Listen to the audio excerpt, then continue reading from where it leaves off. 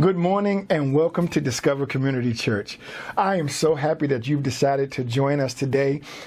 We pray that some song has already encouraged you. One of the guys have already properly greeted you, and we pray that this word will encourage you. I just want to thank those who joined us for our live Easter service. Thank you so much for joining with us. It was really, really special to be able to spend time with you. Just a quick reminder that the fifth Sunday of this month is our service Sunday, and this particular outreach is being led by our kids. We're making baskets for teachers of their schools, and so come and be a part of our service Sunday. Now, today I'd like to start a new series about the power of words.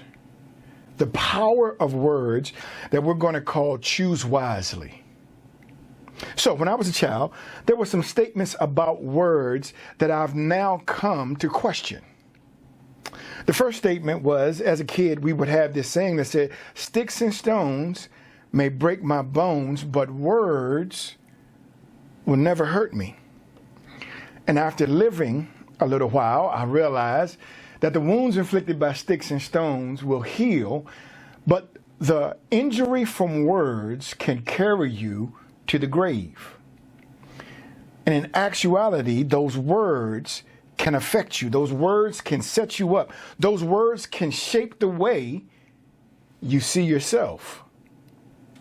The second statement that I constantly heard growing up was that actions speak louder than words.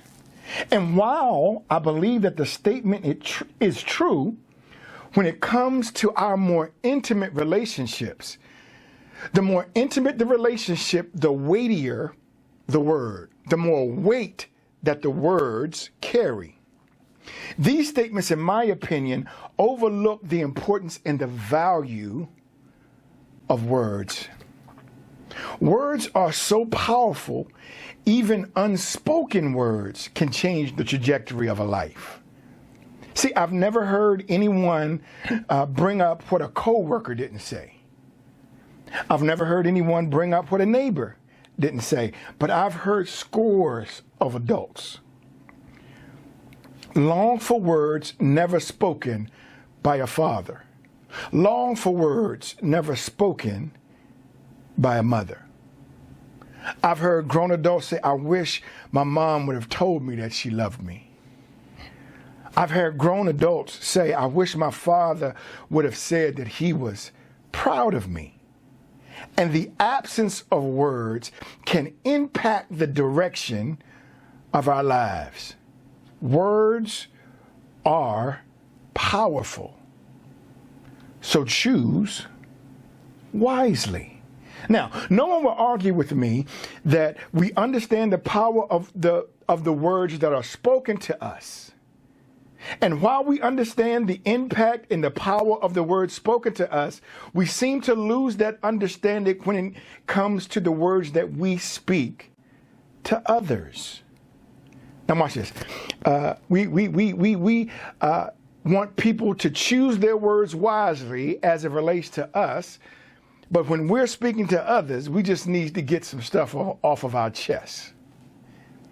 And when it becomes down to being a Jesus follower, Jesus modeled what it would look like, but Paul is going to give us what following Jesus sounds like.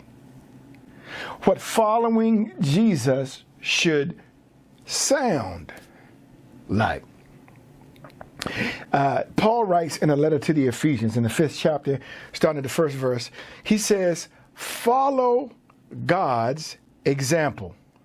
Therefore, as dearly beloved children, and walk in the ways of love, just as Christ loved us and gave himself up for us as a fragrant offering and a sacrifice to God."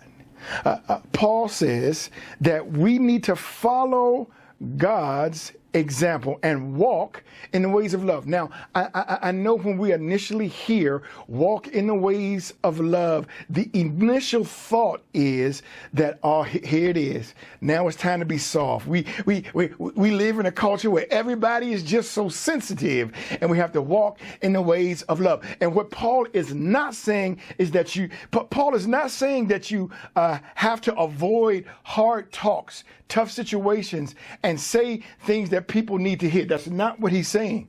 What he's saying is that love should shape the way that we convey that information. And so what Paul does now is Paul is about to give us the application of the ways of love as it relates to communication. As it relates to communication. He says, do not let any unwholesome talk come out of your mouths. That word unwholesome in the original language means distasteful. It meant nasty. It meant offensive. It referred to like a rotting food. And Paul says, do not let any unwholesome talk come out of your mouth. Truth be told, for some of us, the message could end right there.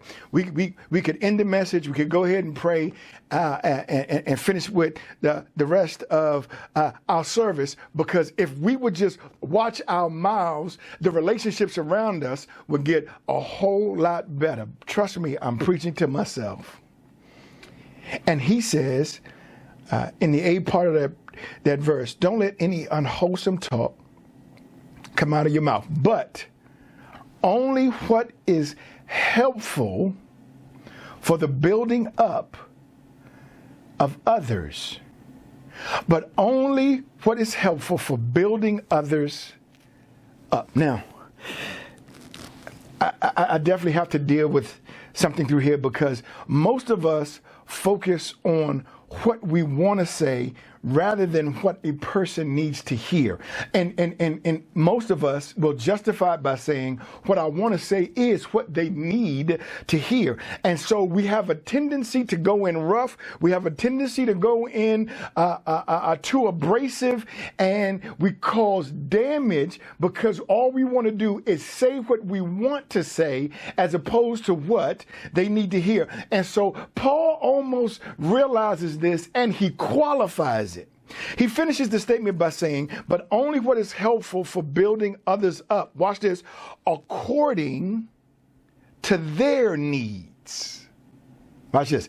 So you're telling me I can't just say what I want to say, but rather I need to say what needs to be said in a way that's going to build them, even if the conversation needs to be tough. We also treat people harshly under the guise of being honest. I'm just being honest. You just can't handle the truth. I'm just being honest. See, honesty is not saying everything that's true. Honesty is making sure that what you say is true.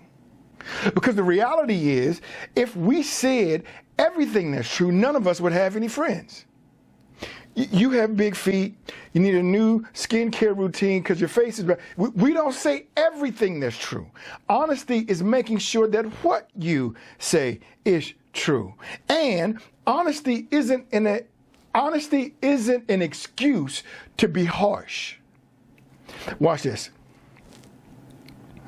Truth without kindness causes harm.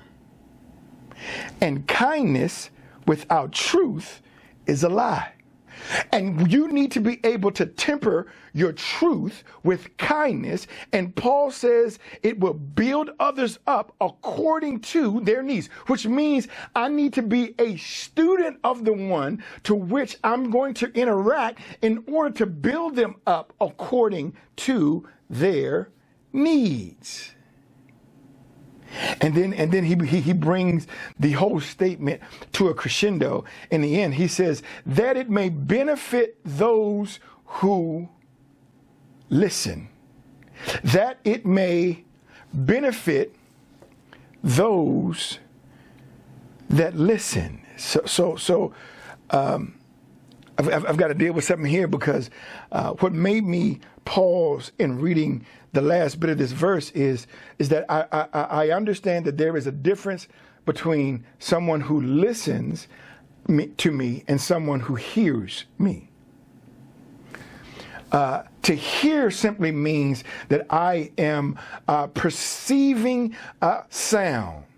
But to listen means not only am I receiving the sound, but I'm also taking that sound in, and I am taking the words in, and I am making adjustments based on what I'm hearing, based on what I am listening to. And so the question becomes, how do you have someone engaged in listening as opposed to just hearing you? That's a great question, right? And it falls down to one simple word, and that is intent. Because people know whether your intent is to build them up or to tear them down. If you're building them up, even if it has to be a hard conversation, they will listen because they understand the intent is to build up. If it's just to tear down, they'll just hear you and not take the information in and evaluate it at all. They'll just hear your words, and they won't listen to what you have to say, evaluate it to see where they can make correction. There are some times you may have to say something to people that will anger them, but if they understand that your intent is to build them, they may even come back later and say, I know it was hard for you to deliver because it was hard for me to hear, but I thank you for what you've done. My son's trainer has a saying that he constantly says to his trainees over and over again. He says, people that love you tell you what you need to hear, not just what you want to hear. And Paul says that we need to engage in a way that builds people up according to their need. So here's the problem. Most of us can get stuck in a mode where we just want to say what we want to say. And that works if it's someone that you really don't love. But when you have to interact with someone you love, that should change the game. And then Jesus messes us all up when he says that the greatest command is that I love the Lord my God with all my heart, with all my soul, and with all my strength. And the second is likened unto it, that I love my neighbor as myself. And so I need to temper my conversation. I need to temper my conversation with my children, with my wife, with employees, with teammates, I need to temper it and make sure that the words in which I speak will build people up according to their needs, that it may benefit those who listen. So, watch this. Words carry weight. Words carry weight. And not all words weigh the same. Not all words weigh the same. Because the reality is, negative words weigh more than positive words. So there have been some studies done that I was looking at where it says that it takes 7 positive words to counteract 1 negative words. Now, all the studies I saw were marketplace studies, which means these were studies that were done in business settings. I would assume that the negative words that are spoken within families and within close relationships, I would assume that the weight is even more. And in order to counteract the negativity, it may require even more positive words. The words we use are powerful. So choose wisely. The words we use have the potential to change the direction of others' lives. So choose wisely. The words we use have the potential to change how someone sees themselves. So choose wisely. I pray that this blesses you. I look forward to walking us through 2 more sermons in this series as we look at the power of words. Choose wisely. God bless you, family, and I'll see you real soon.